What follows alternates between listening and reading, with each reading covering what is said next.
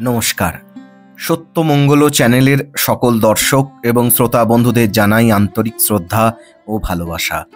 আজ আমরা এই ভিডিওর মাধ্যমে একটি অত্যন্ত গুরুত্বপূর্ণ বিষয়ের উপর আলোচনা করব। আলোচনাটি আমরা করব স্বামী জ্যোতিষ্বরানন্দজি মহারাজের কথা থেকে। অপূর্ব একটি আলোচনা। আমরা সাকার ও নিরাকার ধ্যান সম্পর্কে জেনেছি। নিরাকার ধ্যানের অভ্যাস কিভাবে করতে পারি? মহারাজ বলছেন, যে কোনো একরকম নিরাকার ধ্যানের অভ্যাস আমরা করতে পারি। এর মধ্যে কিরকম ভাবে? 1.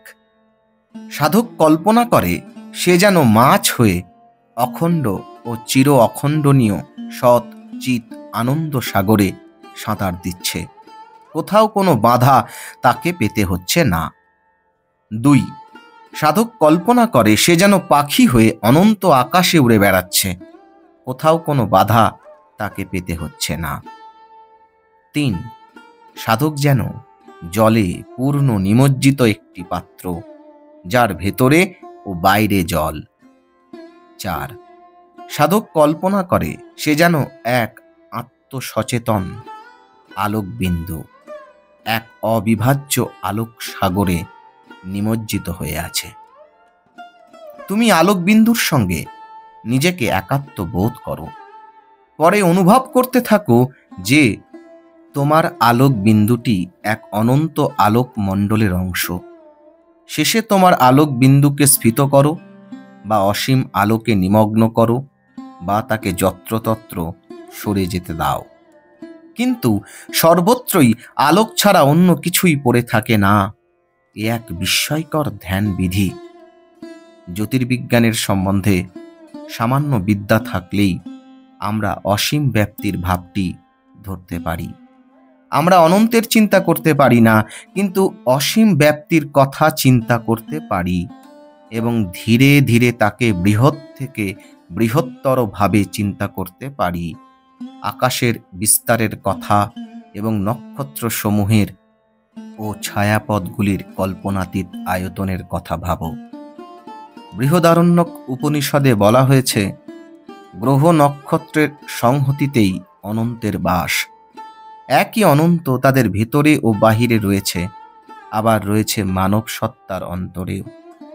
সীমিত, ক্ষুদ্র, তুচ্ছ, সামান্য বস্তুর চিন্তা ছেড়ে অসীম ব্যাপ্তির, অনন্তের, নক্ষত্রসমূহের, সৌরমণ্ডলের, ছায়াপথের এবং নীহারিকাগুলির চিন্তা করা প্রশস্ত। যে নীহারিকায় নতুন নক্ষত্র গোষ্ঠীর সৃজন পর্ব চলেছে। পরে পৃথিবী, আকাশ, সৌরজগৎ প্রভৃতি সব কিছুকেই সেই অনন্ত অখণ্ড আলোক সমুদ্রে দ্রবীভূত করে দাও। হিন্দুদের প্রাচীনতম ও পবিত্রতম স্তুতিগুলির অন্যতম সুপরিচিত পুরুষ সূক্তটিতে বৈদিক ঋষি বলেছেন, এতাবানস্য মহিমাত জ্যাংশ্চ পুরুষ পাদোহস্য বিশ্বাভূতানি। এইসব প্রকটিত মহাবিশ্ব ঈশ্বরের মহিমার অতি সামান্য অংশ মাত্র। যেমনই হোক, এই রকম একটি অনুপ্রমাণ খণ্ডাংশই বটে। যখনই তুচ্ছ, হীন, সামান্য বস্তু নিয়ে থাকার ফলে আমাদের মন সংকুচিত হয়, তখনই আমাদের উচিত এইসব চিত্ত উদ্দীপক চিন্তায় নিজেকে ব্যাপৃত রাখা। চিন্তা করো আকাশের বিস্তারের কথা, অসংখ্য সৌর জগতের বিশালতার কথা, কিন্তু দেখো এই সব বিকাশের মধ্যে, প্রকৃতির মধ্যে, আকাশের মধ্যে তুমি যেন ঈশ্বরেরই চিন্তা করতে থাকো, প্রকৃতিকে ঈশ্বর রূপে নয়। কখনো কখনো মনের একাগ্রতা বৃদ্ধির জন্য ঈশ্বরের বিশেষ মানবীয় বা মানবেতর রূপ আমাদের প্রয়োজন হয়ে পড়ে। অন্যথা অধিকাংশ লোকের পক্ষে মনের একাগ্রতা আনা সম্ভব নয়। কোনো বিষয়ের নির্দিষ্ট রূপ ছাড়া আমরা মনকে স্থির করতে পারি না, একাগ্রও করতে পারি না। অধিকাংশ লোক কোনো রকমেই তা পারে না। অতএব একাগ্রতার জন্য কিছু নির্দিষ্ট, কিছু সাকার বস্তু প্রয়োজন। এক্ষেত্রে সাকার রূপটির পছন্দে মনোভাবের প্রশ্ন এসে পড়ে। যখন আমরা একাগ্রতায় পটু হয়ে যাব, তখন যেন আমরা সীমার মধ্যে যে অসীম রয়েছেন তারই ধ্যান করি। যদি তুমি অসীমের সঙ্গে সীমিত বস্তু যোগ সাধন করতে পারো আর সীমিত বস্তুকে অসীমেরই বিকাশ রূপে ভাবতে পারো, তবে সেই ধ্যানই হবে সুমহান। কিন্তু ওই সীমিত বস্তুকে কখনোই ঈশ্বর রূপে দেখবে না। সাধককে দেখতে হবে ঈশ্বর যেন সব সীমিত রূপের পেছনে অবস্থিত রয়েছেন, কিন্তু সে যেন এই সীমিত রূপকে ঈশ্বর রূপে গ্রহণ না করে। প্রথম ক্ষেত্রে ঈশ্বরের ওপরেই তার গুরুত্ব দেওয়া হলো, আর দ্বিতীয় ক্ষেত্রে সীমিত রূপটির ওপর, যা অত্যন্ত বিপজ্জনক ও মনকে বিভ্রান্তির পথে নিয়ে যাবে।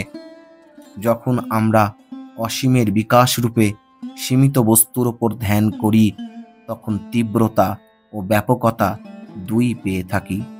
যদি ঠিকভাবে করা হয়, তবে এই ধ্যান খুবই মহিমামণ্ডিত হবে।